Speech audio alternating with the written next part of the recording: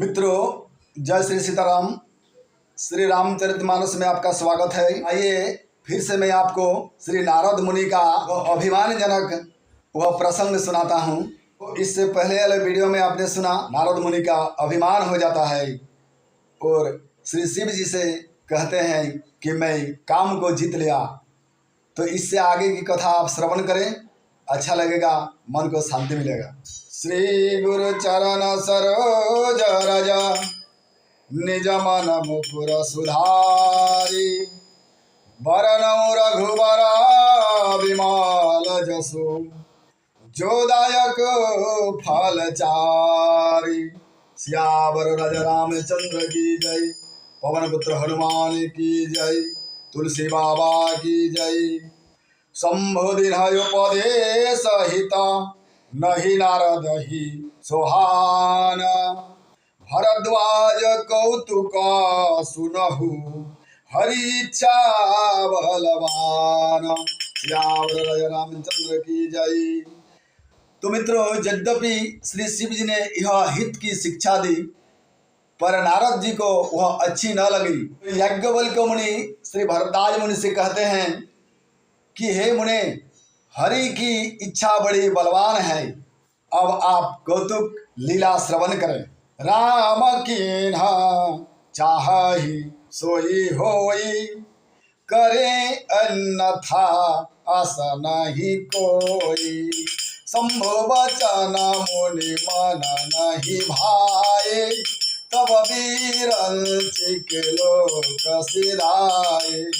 एक बार करतल बर बीना, गावत हरि गुण गान प्रवीणा। क्षीर सिंधु गवले मुनिनाथा, जहाँ बस श्रीनिवास श्रुति माथा।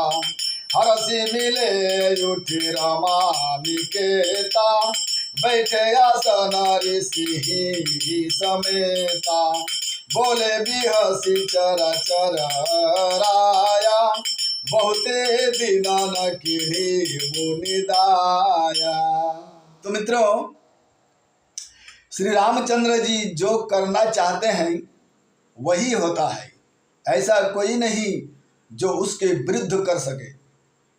श्री शिव जी के वचन नारद जी के मन को अच्छे नहीं लगे तो वे वहां से ब्रह्मलोक को चले गए। एक बार गान विद्या में निपुण मुनिनाथ नारद जी हाथ में सुंदर वीणा लिए हरिगुण गाते हुए क्षीर सागर को गए। वहाँ वेदों के मस्तक स्वरूप मूर्तिमान वेदांत तत्व श्री लक्ष्मी निवास भगवान नारायण रहते हैं।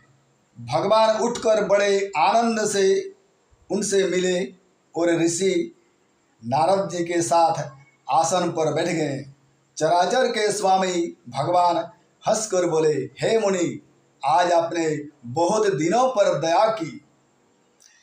कामचरित नारद सब भाषे, यद्यपि प्रथम बर शिव राखे। अति प्रचंड रघुपति कई माया, जहि न मोह असको जग जाया।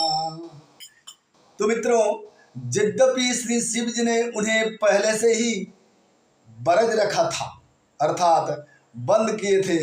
सुन मुनि मोह हरि मन ताके, ज्ञान विराग हृदय नहीं जाके।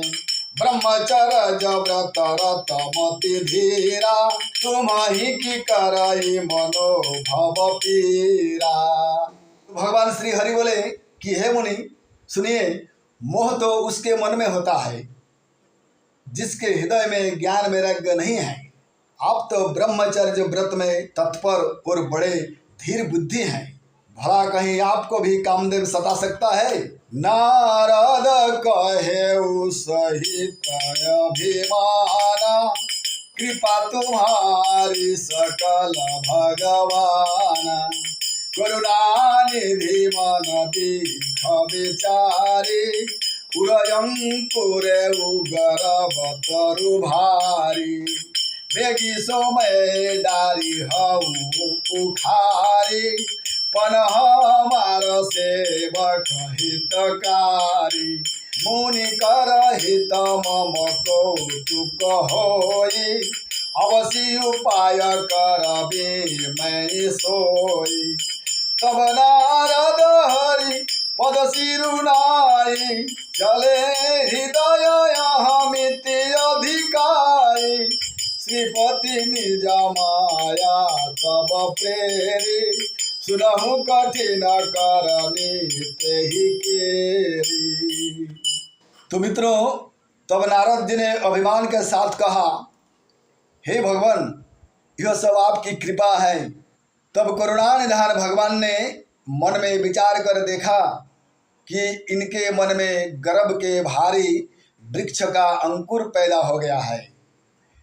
मैं उसे तुरंत ही उखाड़ फेंकूंगा, क्योंकि सेवक का हित करना हमारा प्रण है, प्रतिज्ञा है। मैं अवश्य ही वह उपाय करूंगा जिससे मुनि का कल्याण और मेरा खेल हो। मैं एक ऐसी लीला करूंगा कि मुनि का अभिमान भी चूर्ण हो जाएगा, मेरा एक कौतुक अर्थात लीला भी होगी। तब नारद जी भगवान के चरणों में सिर नवाकर चले। उनके हृदय में अभिमान और भी बढ़ गया। तब लक्ष्मीपति भगवान ने अपनी माया को प्रेरित किया। अब उसकी कठिन करनी सुनो। विरचेउ मग महु नगर तेहि सतजो जन विस्तार श्रीनिवास पुरते अधिक रचना विविध प्रकार। सियावर राज रामचंद्र की जय, पवन पुत्र हनुमान की जय। रास्ते में 100 योजन अर्थात 400 कोस का एक नगर रचा। उस नगरी की भांति भांति की रचनाएं श्री लक्ष्मी निवास भगवान विष्णु के वैकुंठ से भी अधिक सुंदर थी। बस ही नगर सुंदर नर नारी, जनु बहु मनसी जरती तनुधारी। तेहि पुर बसई शिल निधि राजा, अगणित हय गय सेन समाजा। सत सुरेश सम विभव विलासा, रूप तेज बल नीति निवासा। विषमोहनिता सुकुमारी, श्री विमोहि स्वरूप निहारी। सोई हरि माया सब गुण खानी, शोभाता सुखी जाई बखानी। करई स्वयंवर सोनि पवाला, आए तहाँ अगणित महिपाला। तो मित्रों, उस नगर में ऐसे सुंदर नर नारी बसते थे मानो बहुत से कामदेव और उसकी स्त्री रति ही मनुष्य शरीर धारण किए हुए। उस नगर में शिलनिधि नाम का राजा रहता था, जिसके यहाँ असंख्य घोड़े, हाथी और सेना के समूह टुकड़ियां थे। उसका वैभव और विलास 100 इंद्र के समान था। वह रूप, तेज, बल और नीति का घर था। उसके विश्वमोहिनी नाम की एक ऐसी रूपवती कन्या थी जिसके रूप को देखकर लक्ष्मी जी भी मोहित हो जाएं। वह सब गुणों की खान भगवान की माया ही थी। उसकी शोभा का वर्णन कैसे किया जा सकता है, अर्थात वर्णन नहीं किया जा सकता। वह राजकुमारी स्वयंवर करना चाहती थी। इससे वहां अगणित राजा आए हुए थे। मुनि कौतुकी नगर तेहि गयउ, पुरवासी न सब पूछत भयउ। सुनि सब चरित भूपा गृह आए, करि पूजा निप मुनि बैठाए। नारद जी उस नगर में गए और नगर निवासियों से उन्होंने सब हाल पूछा। सब समाचार सुनकर वे राजा के महल में आए। राजा ने पूजा करके मुनि को आसन पर बैठाया। आने दिखाए नारद ही भूपति राजकुमारी,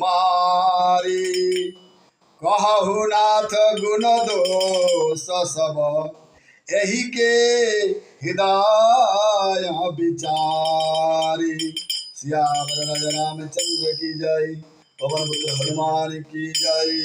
तो मित्रों, राजा ने राजकुमारी को लाकर नारद जी को दिखलाया और पूछा कि हे मुने, आप अपने हृदय में विचार कर इसके सब गुण और दोष कहिए।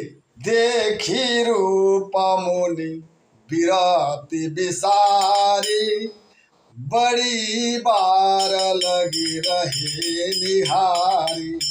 लक्षणता सुबिलो की भुलाने, हृदय हरस नहीं प्रगट बखाने। जो यही बरई अमर सोई होई, समर भूमि ते ही जीत न कोई। से वही सकल चराचरताही, बरई शिला निधि कन्या जाही। तो मित्रों, उसके रूप को देखकर मुनि वैराग्य को भूल गए और बड़ी देर तक उसकी ओर देखते ही रह गए। उसके लक्षण देखकर मुनि अपने आप को भी भूल गए और हृदय में हर्षित हुए, पर प्रकट रूप में उन लक्षणों को नहीं कहा। लक्षणों को सोचकर वे मन में कहने लगे कि जो इसे ब्याहेगा, अर्थात जिससे ब्याह होगा, वह अमर हो जाएगा और रणभूमि में कोई उसे जीत न सकेगा। यह शिलनिधि की कन्या जिसको बरेगी, सब चर अचर जीव उसकी सेवा करेंगे। लक्षण सब विचारी उर राखे, कछुक बनाई भूप सन भासे। सुता सुलक्षण कही निप पाही, नारद चले सोच मन माही।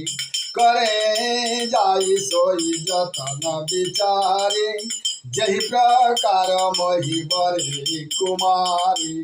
जप तप कछु न होई तेहि काला, हे विधि मिलाई कवन विधि वाला। तो मित्रों, सब लक्षणों को विचार कर मुनि ने अपने हृदय में रख लिया और राजा से कुछ अपनी ओर से बनाकर कह दिया। राजा से लड़की के सुलक्षण कहकर नारद मुनि चल दिए, पर उनके मन में यह चिंता थी कि मैं जाकर सोच विचार कर अब वही उपाय करूँगा जिससे यह कन्या मुझे ही ब्याह करे, अर्थात बरे। इस समय जब तब से तो कुछ हो नहीं सकता, अर्थात समय कम है। तो नारद मुनि विधाता को मनाने लगे कि हे विधाता, मुझे यह कन्या किस तरह मिलेगी, जिस तरह मिलेगी वही उपाय आप शीघ्र कीजिए। यही अवसर चाहिए परम शोभारूप विशाल, जो बिलकी रिझे कुंवरी तब मेले जयमाल। सियावर रामचंद्र की जय, पवन पुत्र हनुमान की जय। तो मित्रों, मुनि मन में हर्षित हुए सोचने लगे कि मुझे इस समय अति सुंदर रूप चाहिए, जिसे देखकर राजकुमारी मुझ पर रीझ जाए और तब जयमाल मेरे गले में डाल दे। हरि सन मागे सुंदरताई, होई ही जात गहरू अति भाई। मोरे हित हरि समान ही को, यही अवसर सहाय सोई हो। बहुविधि विनय किन्ही तेहि काला, प्रगटे प्रभु को तू की कृपाला। प्रभु बिलोकी मुनि नयन जुड़ाने, होई ही काजू हिजे हरसाने। मन में विचार करने लगे कि एक काम करूं, भगवान से सुंदरता मांगूं, पर भाई उनके पास जाने में तो बहुत देर हो जाएगी, परंतु श्री हरि के समान मेरा हितैषी भी और दूसरा कोई नहीं है, इसलिए इस समय वे ही मेरे सहायक हो। उस समय नारद जी ने भगवान की बहुत प्रकार से विनती की, तब लीलामय कृपालु प्रभु वहीं पर प्रकट हो गए। स्वामी को देखकर नारद जी के नेत्र शीतल हो गए और वे मन में बड़े ही हर्षित हुए कि अब तो काम बन ही जाएगा। अति आरती कही कथा सुनाई, करहु कृपा करी हो सहाई। अपन रूप देहु प्रभु मोहि, आन भांति नहीं पावे ओहि। जहि विधि नाथ होई तमोरा, करहु सबेगी दास मैं तोरा। निज माया बल देखी विशाला, हंसी बोले दीन दयाला। तो मित्रों, तब नारद जी ने बहुत आर्त दीन होकर सब कथा कह सुनाई और प्रार्थना की कि हे कृपा निधान, कृपा कीजिए और मेरे सहायक बनिए। हे प्रभु, आप अपना रूप मुझको दीजिए और किसी प्रकार में उस राजकन्या को नहीं पा सकता और दूसरी उपाय नहीं है, बस एक यही उपाय है कि आप अपना रूप मुझे दे दीजिए ताकि राजकन्या मुझे वरण करे। हे नाथ, जिस तरह मेरा हित हो आप वही शीघ्र कीजिए, विलंब न कीजिए। मैं आपका दास हूँ।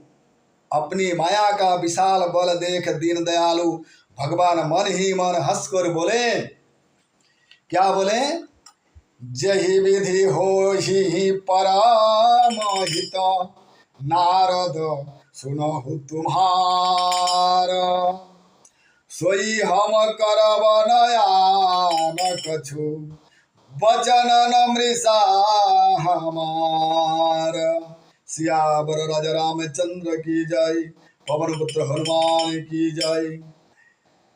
तो भगवान श्री हरि मन में सोचने लगे और कहने लगे कि हे नारद जी सुनो, जिस प्रकार आपका परम हित होगा हम वही करेंगे, दूसरा कुछ नहीं करेंगे। हमारा वचन असत्य नहीं हो सकता, अर्थात आपका जिस तरह से कल्याण होगा हम उस उपाय को करेंगे और शीघ्र ही करेंगे।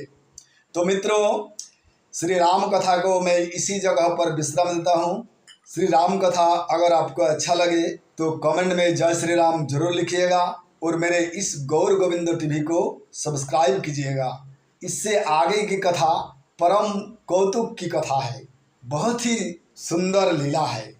आपको अगले वीडियो में सुनाऊंगा। तब तक के लिए कहिए जय श्री सीताराम।